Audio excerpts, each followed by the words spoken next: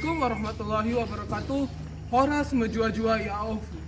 Perkenalkan, nama saya Muhammad Rizky Ansah, peserta Laksar CPNS Badan Pencarian dan Pertolongan tahun 2022 Angkatan 8 Kelompok 1, Jabatan Operator Komunikasi Unit Kerja Kantor Pencarian dan Pertolongan NIAS.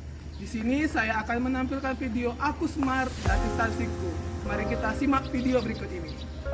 Kantor Pencarian dan Pertolongan kelas B NIAS yang terletak di kawasan pantai barat Pulau Sumatera, tepatnya di Kepulauan Nias, Kota Gunung Sitoli, Jalan Pelut Binaka, kilometer 9.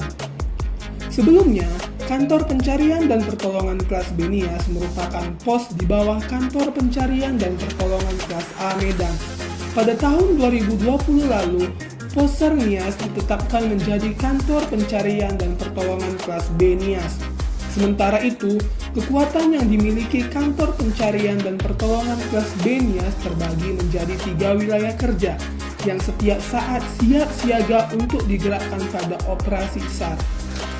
Kantor Pencarian dan Pertolongan NIAS memiliki 2 posar yang berada di Semelu dan Sibolga, dan 1 unit kapal yaitu KN SAR Nakula yang bersandar di Sibolga.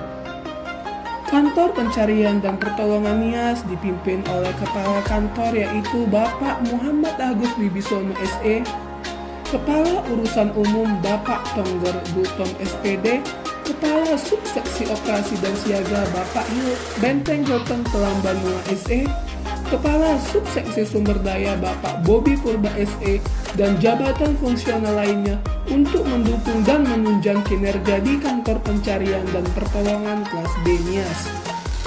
Misi Badan SAR Nasional.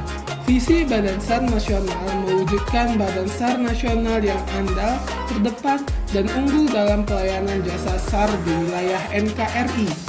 Misi Badan SAR Nasional: 1. Menyelenggarakan siaga terus-menerus dalam pencarian dan pertolongan, penyelamatan dan evakuasi kepada masyarakat dalam kecelakaan, bencana, dan kondisi membahayakan manusia secara andal, efektif, cepat, efisien, serta aman.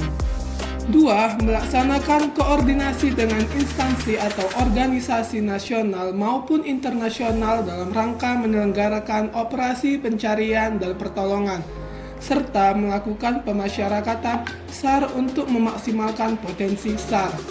3. Menyelenggarakan peningkatan kemampuan teknis dan manajerial organisasi dan senantiasa tumbuh, berkembang, dan melakukan perbaikan di segala aspek secara berkesinambungan. 4. Melaksanakan pembinaan kemampuan dan kesiapan sumber daya manusia serta koordinasi berkelanjutan agar setiap saat dapat melaksanakan tugas operasi pencarian dan pertolongan dengan sebaik-baiknya. 5. Menyediakan sarana dan prasarana operasi, peralatan komunikasi, dan sistem informasi SAR sesuai dengan kebutuhan dalam rangka mewujudkan visi dan misi.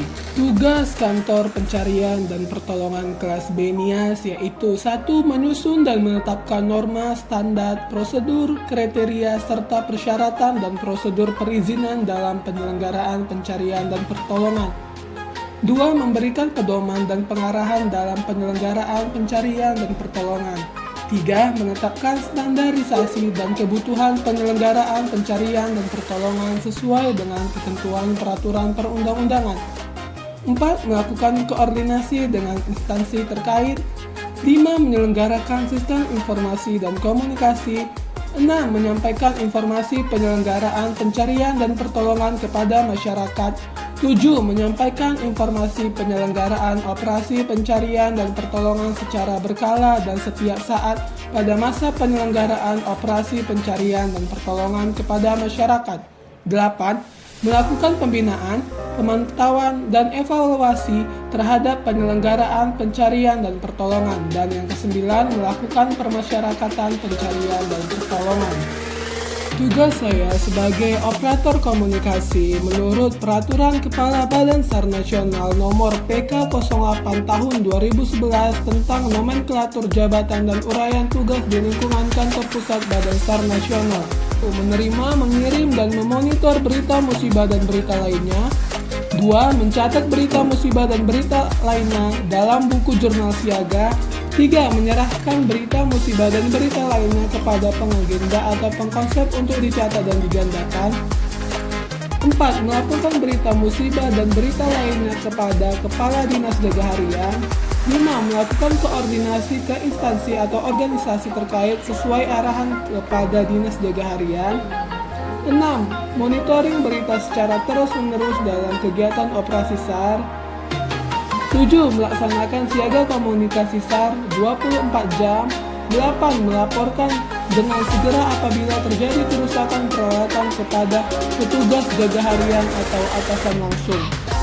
Pelayanan yang saya berikan adalah melakukan laporan berita SAR dengan cepat dan tepat demi menghasilkan standar pelayanan berupa respon time yang baik dan juga kesiapan peralatan komunikasi demi mendukungnya operasi SAR. Dan sebagai operator komunikasi yang saya lakukan demi memastikan layanan pekerjaan, yaitu memastikan kesiapan peralatan komunikasi pada saat terjadi bencana atau operasi, dan juga melakukan laporan berita secara cepat dan akurat demi menghasilkan respon time yang baik. Jadi, ASN yang kompeten dalam bidang tugas yang saya laksanakan, memanajemenkan ASN dan juga menjadi ASN yang smart dalam melaksanakan tugas dan fungsinya. Demikian video aku smart dan instansiku, lebih dan kurangnya mohon maaf. Saya Muhammad Rizkyansa, bangga menjadi ASN, bangga melayani bangsa. Fikna menjaga sama. Assalamualaikum warahmatullahi wabarakatuh.